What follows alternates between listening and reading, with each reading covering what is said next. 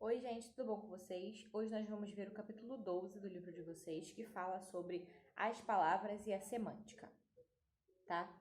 Semântica é o estudo do sentido das palavras, ok? E nesse campo nós vamos estudar alguns aspectos.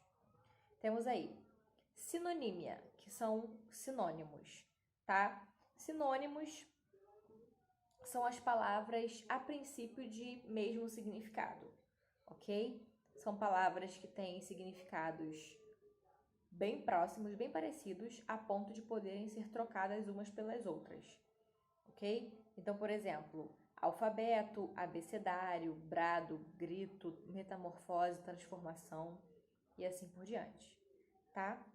Antonímia, que são os antônimos, que é o contrário dos sinônimos, né? Que são palavras que têm os seus significados opostos, ok? Então, olha, forte, frágil, grande, pequeno, infeliz e feliz, e assim por diante, tá? Temos também homônimos. Homônimos são palavras que podem ter a mesma grafia ou a mesma pronúncia, tá? Com significados diferentes. Temos aí, olha, os homônimos perfeitos, que são aqueles que têm pronúncia e grafia iguais, porém significados diferentes. Então, ó, para e para.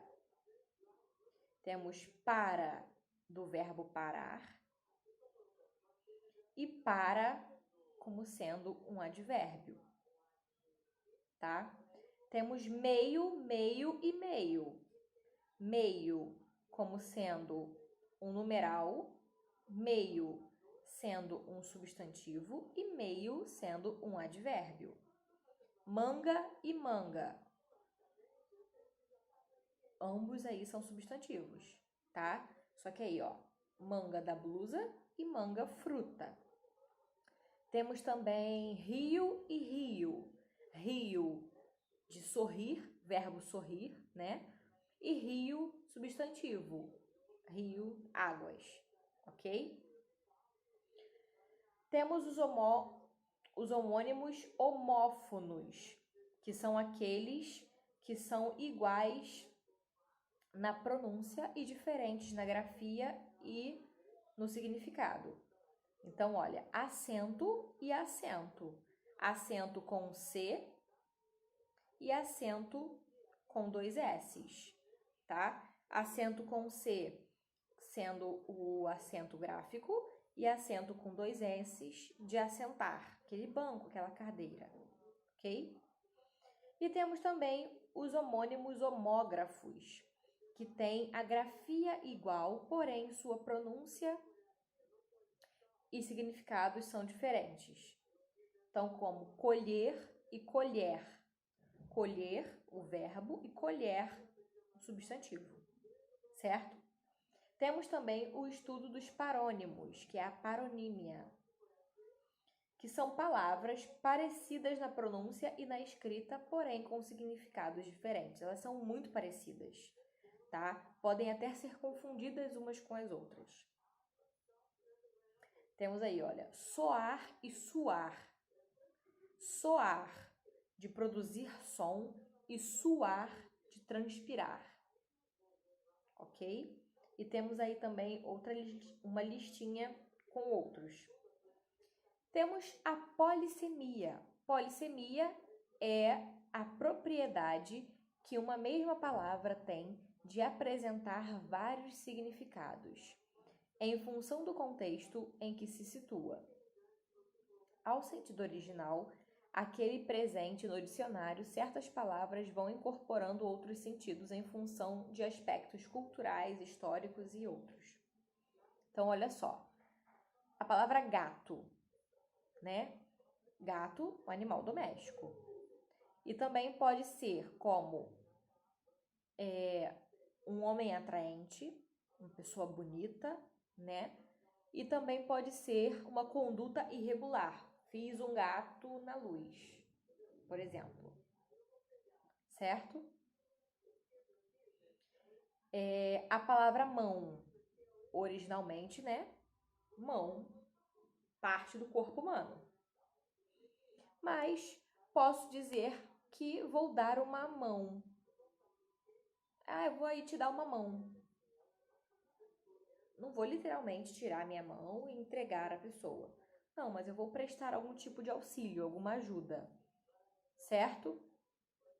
E assim por diante. Temos algumas também expressões idiomáticas, que nem sempre têm sua origem conhecida. Elas refletem aspectos históricos ou traços culturais de uma região, normalmente tendo como base o registro informal e acabam por impor-se, cristalizando-se na língua.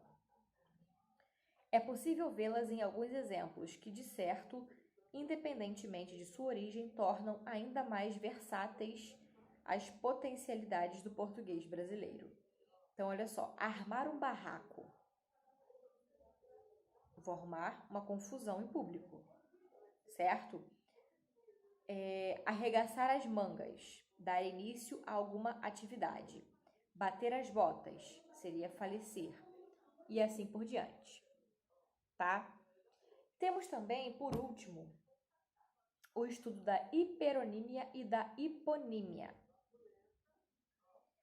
Hiperônimos são palavras de origem geral, tá? De origem abrangente.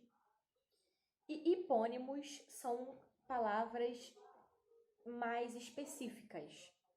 Então, por exemplo, hiperônimo, nós temos aí árvores. Hiperônimos, árvores. Só que árvores podem existir de variados tipos, como existem, tá? Nós temos aí mangueiras, amendoeiras, limoeiros, bananeiras e assim por diante. Cada um desses nomezinhos, bananeira, coqueiro, limoeiro, são hipônimos de árvore. Árvore é o geral e o hipônimo, que são laranjeiras, limoeiros, amendoeiras, são os particulares, tá? E isso acontece também com outras situações. Por exemplo, animais. Temos mamíferos, temos herbívoros e assim por diante. Então, animais é o meu hiperônimo e mamífero, herbívoro são os meus hipônimos, ok? Então é isso, beijo e tchau!